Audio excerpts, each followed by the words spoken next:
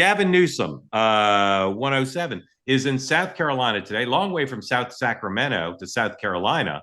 And I'm not sure what his constituents think about him spending 2 full days in the Palmetto State, but that's what he plans to do, traveling around to a lot of the redder parts of the state.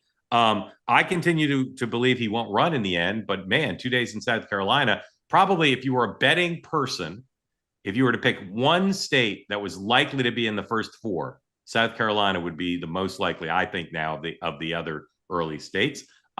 Dan, where are you currently on Newsom? Front runner, top tier, not running? Where are you on him?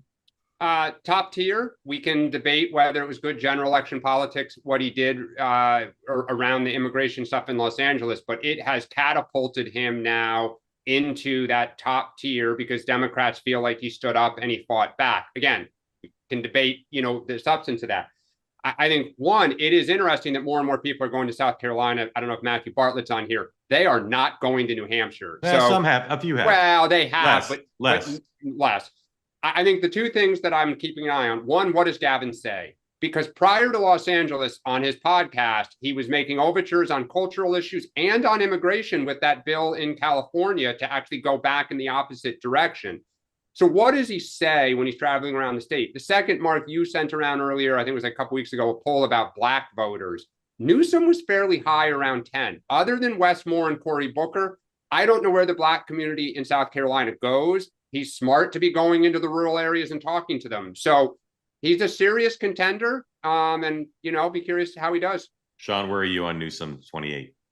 Well, A, I think he's running. B, I have to, I put him at the top of the list, but again, you're grading on a curve with the list. I will say what I find funny about this is politicians often find themselves in the wrong place when a disaster strikes. And it's just, you can't predict when things are going to happen and you run back, etc. It just happens. That's reality. That's life. I can't believe with LA still in turmoil, Karen Bass is in the news, a lot of issues with ICE going on there, that he thinks that it's okay to do this. It's amazing the lack of blowback that has resulted in. I'm going to be super interested to see if there's something that happens in California, whether he races back 2 days out of the state to do just pure 28 politicking. Seems a little much. Well, and I'll be curious how he talks about that there. Does he talk about states' rights, which is, where it all started in South Carolina? So I'll be curious. They say that something that's easy is like a walk in the park. Well, easier than a walk in the park, hit the subscribe button, be part of the two-way community, never miss an episode, be part of our conversations.